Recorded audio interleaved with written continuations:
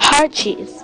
There once was a crow sitting in a tree holding a large fresh cheese on his beak and feeling very pleased with himself. In fact, he was so pleased that he was just sitting there on his branch enjoying the all-around sense of well-being and smugness that the cheese was giving him when a fox wandered into the story.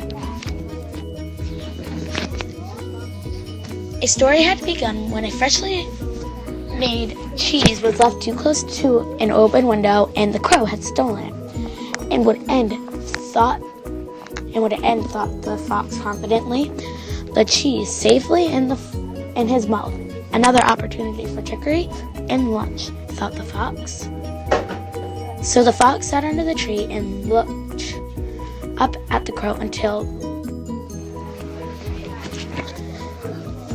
at last the crow looked uneasily down at the fox.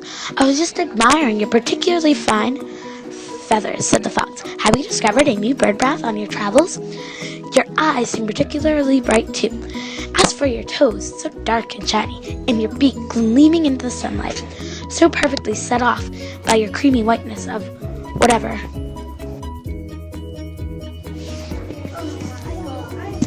From tears to laughter, with a single note that the nightingales hereabout have all retired early.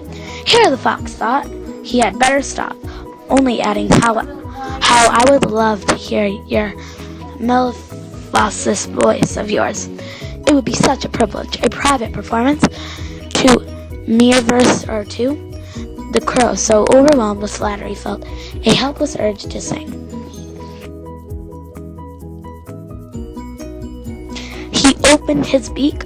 "Caw, caw," he went, unsweetly and tunelessly as only a crow can.